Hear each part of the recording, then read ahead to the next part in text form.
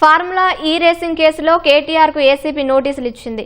సోమవారం 10 గంటలకు విచారణకు హాజరు కావాలని పేర్కొంది. మరింత సమాచారం మా ప్రతినిధి రమేష్ ప్రత్యక్ష ప్రసారం ద్వారా అందిస్తారు. కేటీఆర్ కు మరొకసారి ఏసీబీ అధికారులు నోటీసులు జారీ చేయడం జరిగింది. ఇప్పటికే రెండోసారి నోటీసులు జారీ చేసినప్పటికీ గత నెల 28వ తేదీన తనకు విచారణకు హాజరు కావాలని చెప్పి కూడా నోటీసులు పేర్కొన్నారు. అయితే ఆ పేర్కొన్న నేపథ్యంలో ఇటు అధికారులకు సంబంధించి కూడా అయితే కేటీఆర్ ముందస్తుగానే షెడ్యూల్ ప్రకారం విదేశాలకు వెళ్లాలి ఉంది కాబట్టి దానికి సమయం కావాలని చెప్పి కూడా ఆ నోటీసులకు సంబంధించి కూడా వివరణ ఇవ్వడం జరిగింది. అయినప్పటికీ మరొకసారి ఆ కేసుకు సంబంధించి విచారించాలని చెప్పి కూడా ఈ రోజు ఆ కేటీఆర్ కి అయితే నోటీసులు అయితే జారీ చేసినట్లు కూడా కొద్దిసేపటి కింద అయితే తెలుస్తుంది. అయితే దీంట్లో అంటే సోమవారం 10 గంటల సమయంలో కూడా ఏసీబీ కార్యాలయానికి విచారణకు హాజరు కావాలని చెప్పి కూడా చెప్పడం జరుగుతుంది. అయితే ఇప్పటివరకు కార్ ఫార్ములా కేసులకు సంబంధించి కూడా ముగ్గురిని అధికారులు ఇటు ఇద్దరిని అధికారులతో పాటు తర్వాత మాజీ మంత్రి కేటీఆర్ కి సంబంధించి కూడా ఏసీబీ అధికారులు అయితే విచారించడం జరిగింది. మొత్తం ఈ సీజన్ అప్పటికి జరిగిన ఫార్ములా ఈ కేసుకు సంబంధించి ఏవైతే ఒప్పందాలు కానీ తర్వాత వాటికి సంబంధించి జరిపిన నగదు పైన కూడా పూర్తి స్థాయిలో వివరాలు ఇప్పటికే కొంతవరకు సమాచారం రాబట్టడం జరిగింది. మరొక పక్క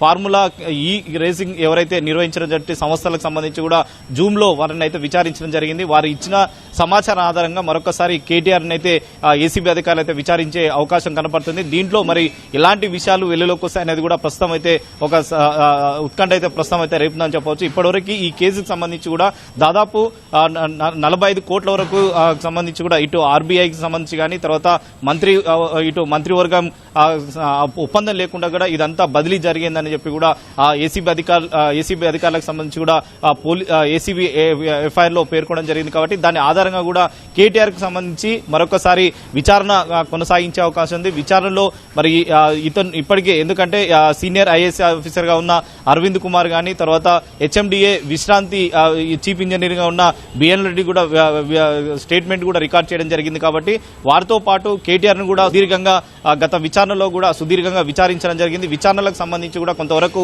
సమాచారం ఏసీబీ అధికారులు వివరాలు తీసుకోవడం జరిగింది. మరొక పక్క ఈ ముగ్గురు విచారణతో పాటు సంస్థకు సంబంధించిన ఒప్పందం కుదుర్చుకున్న సమయంలో వారు ఎలాంటి ఒప్పందం కుదిరించుకోవడం జరిగింది, వారికి నగదుకు సంబంధించి ఇటు ఎలాంటి బదిలీ జరగడం జరిగింది అనే దాని మీద కూడా ఒక స్పష్టమైన వివరాలు అయితే ఏసీబీ అధికారులు కూడా రాబట్టాల్సిన అవసరం ఉంటుందని కూడా అధికారులు అయితే చెప్పడం జరిగింది. కాబట్టి ఈసారి మరి నోటీసులో పేర్కొన్న దానికి అంటే 10 గంటల సమయంలో విచారణకు హాజరు కావాలని చెప్పింది. కాబట్టి తర్వాత దానికి సంబంధించి అయితే ఎలాంటి వివరాలు తీసుకురావాలనేది తర్వాత ఎలాంటి పత్రాలకు సంబంధించి కూడా అతన్ని తీసుకురావాలనేది కూడా తెలియాల్సింది. కానీ 10 గంటలకు వచ్చిన తర్వాత సుదీర్ఘంగా అతనైతే విచారించే అవకాశం కనపడుతుంది. దీంట్లో ఒప్పందం అంటే హైదరాబాద్ కు సంబంధించి సీజన్ 9 మాత్రమే ఇక్కడ హైదరాబాద్ లో నిర్వహించడం, తర్వాత మొత్తం 10, 11, 12 వరకు అయితే ఈ సీజన్లకు సంబంధించి కూడా హైదరాబాద్ నిర్వహించాల్సి ఉంది. కానీ దీంట్లో నష్టాలు వచ్చిందని చెప్పి కూడా ఆ కంపెనీ ఇక్కడ నుంచి వైదొలిగి ఇక్కడ కార్ రేసింగ్ నిర్వహించకుండా ఇక్కడ నుంచి అయితే వెళ్లిపోయింది. కాబట్టి వాటిపైన కూడా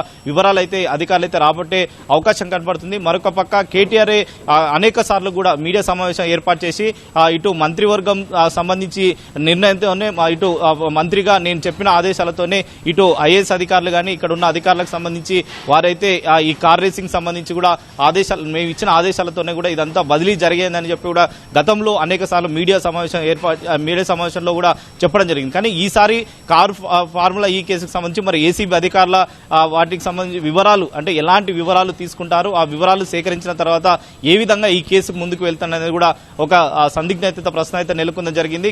కేటీఆర్ తో పాటు తర్వాత ఆ సంస్థకు సంబంధించిన కూడా స్టేట్మెంట్ సుదీర్ఘంగా విచారించడం జరిగింది. కాబట్టి వాటిని క్రాస్ ఎగ్జామినేషన్ చేస్తూ కూడా మరొకసారి అయితే కేటీఆర్ అయితే విచారించే అవకాశం ఉంది. విచారణలో భాగంగా మరి ఎలాంటి విషయాలు వెలుగులోకి వస్తాయనేది కూడా ప్రస్తుతం అయితే ఒక ఉత్కంఠ అయితే ప్రస్తుతం అయితే నెలకొన్న పరిస్థితి అయితే ఉంది. Vote studio. ధన్యవాదాలు రమేష్.